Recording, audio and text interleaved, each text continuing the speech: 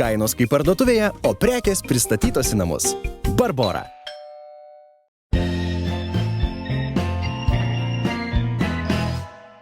Sveiki bičiuliai, Sostinės krepšinio mokyklos podcastas vėl eteryje ir aš labai didžiuojasi pristatydamas mūsų šios dienos svečią. Mantas Mudėnas, Sostinės krepšinio mokyklos treneris svečiuose. Sveiki, Mantai. Sveiki visi, sveikas Andriu. Kaip jaučiatės basketinių studijai? Tiek neblogai, iš tikrųjų čia atėjęs šiek tiek viskas kitaip atrodo negu žiūrint podcastus, bet labai nice čia. Pirmą kartą esi tokiam podcast'e? Taip, iš tikrųjų taip. Labai kam įdomus tie mokyklų treneriai. Manau, kad įdomus ir vaikam, ir auklėtiniam, ir kolegom. Vis tiek, manau, kad tėvam labai svarbu, kas treniruoja jų vaikus ir išgirsti tą pedagogą, jo mąstymą, jo filosofiją. Tėvam aktualu, kaip tu manai, pats juk augini du vaikus, kaip tu galvoji?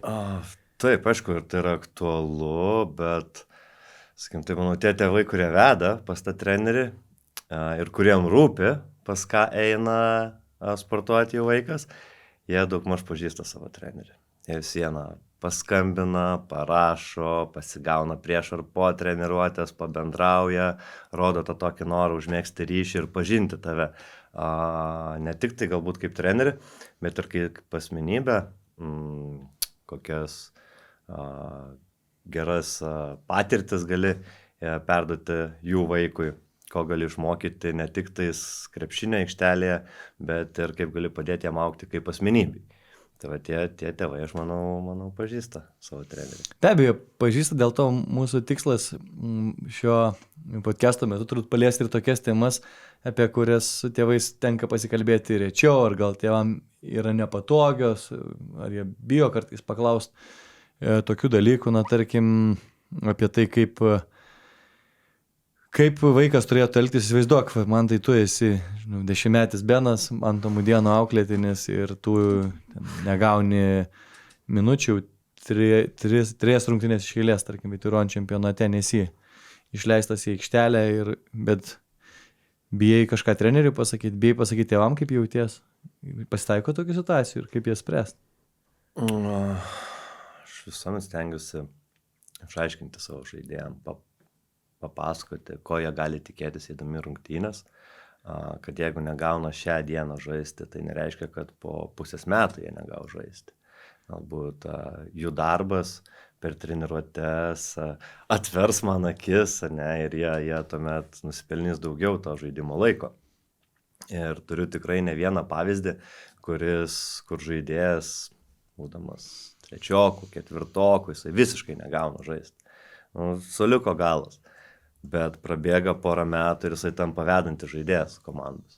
Taip, kad aš visuomet stengiuosi. Ir kadangi pas mane visos grupės sportuoja vienoje mokykloje, vienos paskui kitus, vaikai daugmaž mato, vieni kitus daugmaž pažįsta, aš stengiuosi visuomet pateikti, žiūrėk, šitas irgi buvo toksai kaip tu prieš kelis metus ir jisai negaudavo žaisti, bet jisai nepasidavė, jisai dirbo, stengiasi ir dabar pasižiūrėk, kur jisai yra. Dabar jisai yra lyderis šitos komandos. Dabar jis jau deda į krepšį, nors prieš 2 metus jisai pakildavo 5 cm nuo žemės. Ir visą tai tik tais darbas, tik tais jo pastangos treniruotės. Apie tai mes irgi kalbėjom ankstesniuose epizoduose, kad kaip svarbu nemesti krepšinę tada, kai tau sunku. Nes pereit per tą skausmą ir tada tu ir paaugi, kai tu išmoksti susidarioti. Bet šiuolaikiniai visuomeniai mes dabar esam greito dopamino, ar ne? Tokio, kur viskas greitai. Noriu iPhone telefono, tas telefonas man atsiranda gal net ne per kalėdas, o dar greičiau, ar ne? Taip. Kuris kainuoja, 1200 eurų. Tada visi socialiniai tinklai, greit galiu susiekti su visais žmonėm, greit galiu bendrauti, komunikuoti, greit galiu įsigyti per online, ką nori ir man jau kurjeris gali tą pačią dieną atvežti prekes. Kaip motyvuoti vaikus, kad, žiūrėk, reikia perėti kažkaip ir šitą skausmą, kad tau dabar sunku? Visų pirma, tai yra turbūt darbas ne su vaikais, o su tėvais. Nes tėvai turbūt net daugiau nori to greito rezultato, ypač kas liečia treniruotės. Vaikai ateina į treniruotės, jiem svarbiausia didžiai daliai, sakim, tų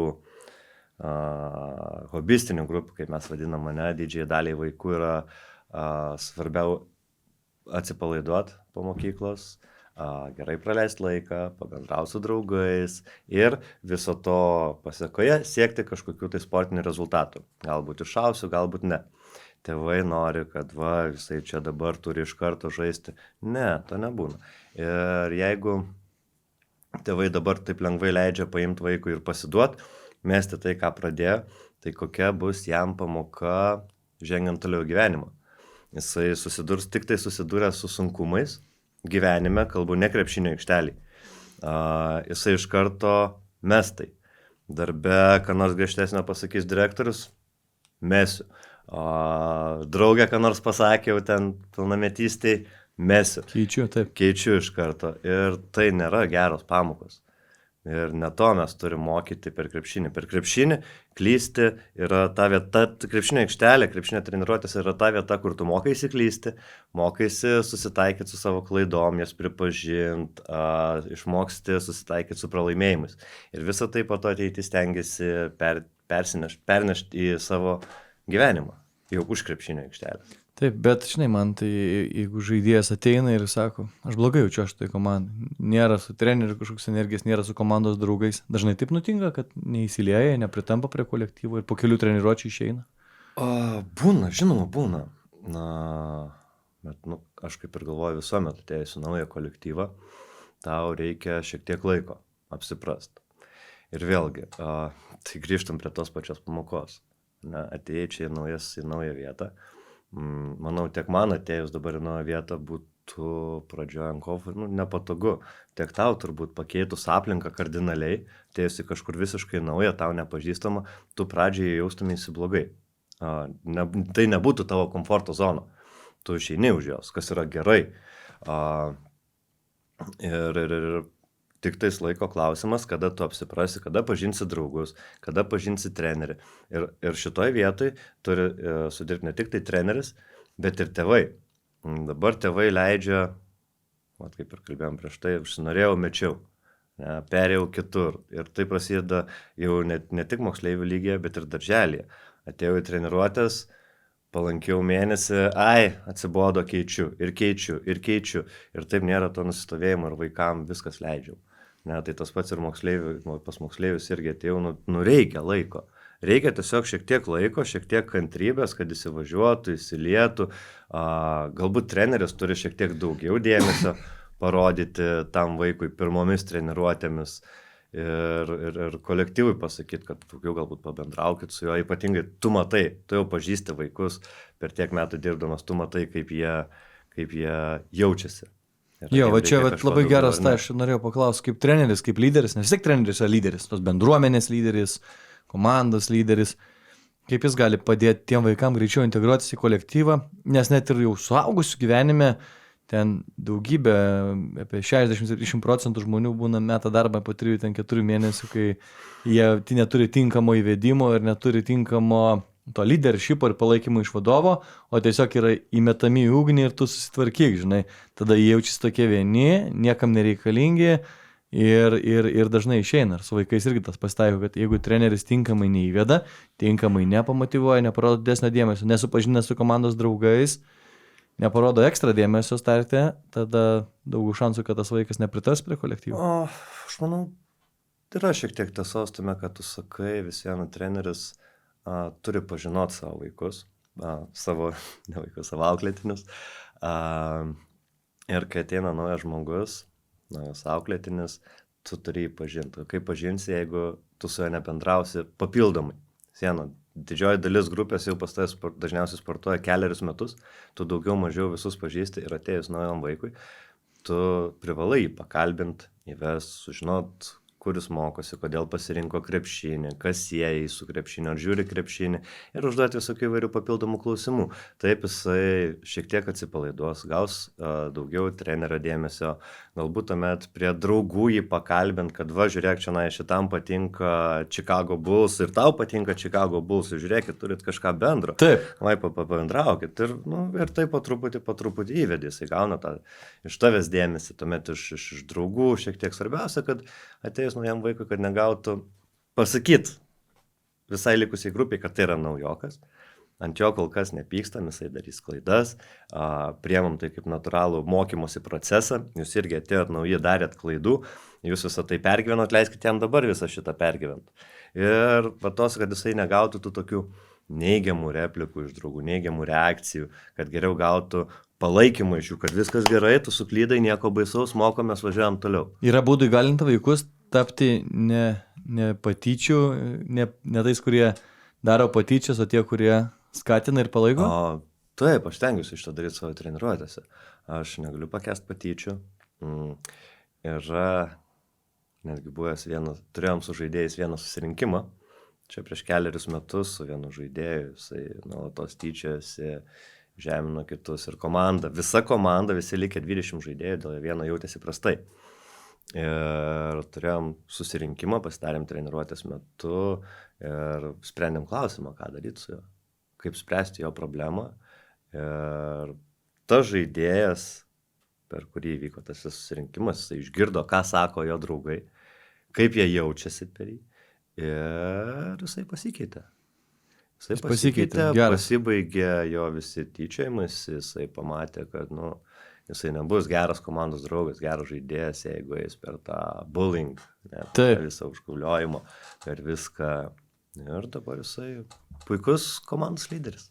Geras. Čia geras pavyzdys tikriausiai ir mokyklai, gal jo vertybės galėjo vaiko pasikeisti. Ir čia pavyzdys, kaip galima užauginti pilietį ir keisti piliečio pažiūras ir tą visą mentalitetą. Krepšinio ir neformalų švietimo pagalba. Man net sujaudino irgi neseniai vienas epizodas, kai pats po treniruotės gale visą laiką vaikam duodu pažais krepšinį. Ir viena komanda pralaimėjo, viena mergaitė, tik atėjusi į krepšinį, naujokė, jinai nežaidė, nes dar bijo kamuolio, bijo, kad ją įkris, gal yra užgavęs ją kamuolys. Ir jinai, paprašė nežaisti to NBA game, mūsų vadinamo. Ir kadangi jinai nežaidė, ten viena komanda pralaimėjo, po treniruotės atbėgęs tos komandos lyderis pradėjo jai sakyti, jeigu čia mes prarašėm per tave, nes tu nežaidė, jeigu tu būtum žaidęs, mes būtume laimėję.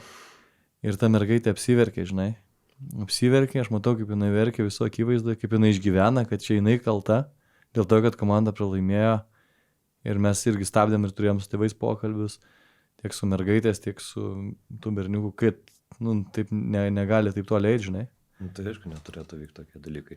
Jo labiau krepšinis komandinis žaidimas. Taip. Niekada nebus vienas kaldas nei dėl pralaimėjimo, nei bus vienas žmogus atsakingas už pergalę. Visuomet bus komanda. Aišku, gyvenam tokiam amžiui, kai labai daug individualėjam ir gal tarp vaikų pranyksta dar tas daug virtualus bendravimas. Krepšinis gal yra proga, bet daugiausiai vis tiek jie susirašinėja, bendrauja, kartais net į akis nebegali pažiūrėti jaunimas, kai tu su jais bendrauji, jų akis kažkur keliauja kitur. Bet turim to tokią kartą, kad jie, jeigu palaiko ryšį per tenai Instagramą, TikToką, jau jaučia, kad jie turi daug draugų ir tas fizinis buvimas su draugais gal netampa toks būtinas, jie tampa individualus, prie nieko nenori taikytis, ar ne? 12 metų dirbi treneriu. Ar pastebi, kad kaip keičiasi vaikai, dirbdamas su Vituron Kids komandomis ypatingai? Ar yra tokių kažkokių tendencijų, kad vaikai tampa savanaudiškesni? Aš matai, aš visuomet treniruotėse skatindavau bendravimą. Tiek, kad su manim visi laisvai bendrautų, tiek tarpusavėje skatindavau bendravimą. Negaliu pakęsti tylos rūbiniai, kaip pavyzdys, treniruotėse, kai aš galbūt taip turi būti tyla. Bet kada yra atsipalaidavimo laikas, turi žaidėjai būti gyvi, jie tarpusavėje bendrauti. Žinoma, mes turim savo susirašinėjimus, jie turi grupės susirašinėjimai, turi žaidėjai, turi dar savo atskirą nuo trenerio, tai tas bendravimas vyksta. Visuomet skatinu irgi eiti kuo daugiau už aikštelės ribų irgi bendrauti, eiti žaisti krepšinį, žiemą mažesnius eiti su rogutėm, važinėti, jo labiau čia didžioji dalis naujininkose gyvena, tarti vienas kitų iš tų pačių klasių ar paralelinių klasių, tai vieni daug maž kitų žino. Mokykloje irgi sakau, nepraeikit pro šalį, bent pasisveikinkit vien su kitu, jau bus kažkokia pradžia. Ir tas bendravimas, tas ryšys po truputį užsimegs ir atsiras. O daugiau, ką aš pamatau iš vaikų, tai galbūt toksai, jie gal labiau tampa išlepę šiek tiek. Išlepę, ne? Taip, išlepę. Nenori sportuoti? Ne, jie sportuot nori. Jie tingi atvažiuoti iki treniruočių. Pas juos atvažiuoja Boltas, atvažiuoja Boltas. Taip, jos turi atvežti. Barborą atveža, žinai. Taip, jie įpratę, kad jos atvežtų. Nu, dieve, Šalta laukia. Aš kai sportavau, man treniruotės prasidėdavo 7:30 ryte. Aš gyvenau užmiestyje. Aš keldavausi 5 ryto, atlikdavau savo pareigas, ten šunį išvesdavau panašiai, eidavau kilometrą miško keliu, neapšviestų per purvus, žiemą, rudenį, sėsdavau autobusą ir važiuodavau tam, kad būčiau 7:30 treniruoti. Dabar vaikai 2 stotelės, reikia pavažiuoti visuomeninį transportu ar paeiti, jie šito nedaro, jie neateina iki treniruotės, jeigu jų neatveža. Žiūrėk, man taip daug kas apie tai kalba, kad galbūt mūsų karta, ne, mes gimė 87-ais, galbūt kartais net labiau mylėjo krepšinį, nes to krepšinio buvo labai mažai. Mažai televizijos transliacijų, nėra interneto, gali pažaisti tik kieme su draugais, labai sunku patekti sporto sales, ar ne, lauko aikštelių netiek daug sąlygos, ant grunto žais prastos ir žiemą tu praktiškai neturi kur žaisti, ar ne? Tai dabar atrodo išsisprendė daug individualių treniruočių, daug pas komandų pasirinkimų, krepšinio mokyklų, klubų pasirinkimo, ne? Užsienį gali išvažiuoti dabar. Bet jas sienas turi atvežti. Bet jas turi atvežti. Nesvarbu, kur jas sieną turi atvežti. Taip, toks yra. Čia, sakykime, bet gal jie ne taip myli tą krepšinį. Gal jie turi. Čia dabar kalba yra ne tik apie krepšinį. Aš kalbu apie bet kokią užklasinę veiklą. Aha. Ar tai būtų futbolas, ar tai būtų tenisas. Bet jeigu treneris atvažiuoja į tavo mokyklą, į tavo darželį, viskas gerai? Tai viena namai, tai ne mokyklai. Ai, taip. Namai už kelių statelių. Aš šiandien nekalbu apie visus. Taip. Bet, kuo toliau, to daugiau. Ta tendencija pastebi. Taip, pastebi. Gal ir karantinas, žinai, pripratino mus prie namų, prie tos aplinkos. Žiūrėk, daugybė žmonių dirba jau iš namų. Šiandien sužadėti, nes jau kaip darbė sekasi, sakau, darbė tik 3 žmonės. Iš 100, kur kiti dirba iš namų. Bet namie nepasportuosi. Ne taip. Nepažaisi, su draugais nesusitiksi. Podcast'e nesudalyvausi. Būtent.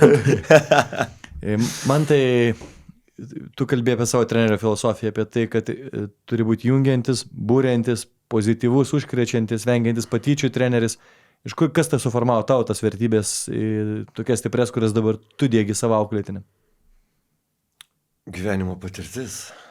Pats sportavau nuo pat turbūt trečios klasės ir visą gyvenimą sportavau.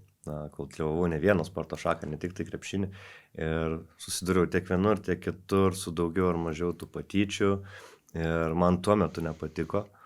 Ir aš matau, kad tendencijos nesikeičia, tai vis dar nepatinka vaikam, išskyrus ne vien tam vienam kitam, kuris to užsima. Bet, kaip ir minėjau, krepšinis komandinis žaidimas. Ir jeigu bent vienas toksai atsiranda, likęs su juo jaučiasi negerai. Ir komandos nebėra. Vienas žmogus gali sudaužyti visą komandą sugriauti. Visą. Supratau, man tai iš tikrųjų laikas mūsų greitai prabėgo, labai įdomus pokalbis apie tas naujas tendencijas, apie tai, su kuo susiduria treneriai, apie tai, kaip iš tikrųjų reikia burti komandą. Ir treneriai, manau, tavo podcast'e ras gerų įžvalgų, kaip įvesti naujus žaidėjus, ar ne, kaip pasirūpinti naujokais, kad jie jaustųsi gerai, kaip stabdyti patyčias greitai, nieko nelaukiant, ne, ir įsikvedžiant visus, ir kad yra galimybė pakeisti tos, kurie tyčiojasi ir padėti jiem galbūt ir gyvenimą sutvarkyti. Tai ačiū tau ir tavo toks palinkėjimas pabaigai visai Sostinės krepšinio mokyklos bendruomeniai. Ko norėtum palinkėti treneriam, tėvam, vaikam? Būkit draugiški ir sportuokit. Būkit draugiški, sportuokit, sako Mantas Mudėnas. Ačiū Jums, kad žiūrėjote, tikiuosi mūsų laida patiko ir tikrai išsinešat kažkokią mintį po jos, kuri padės ir Jums augti. Ačiū.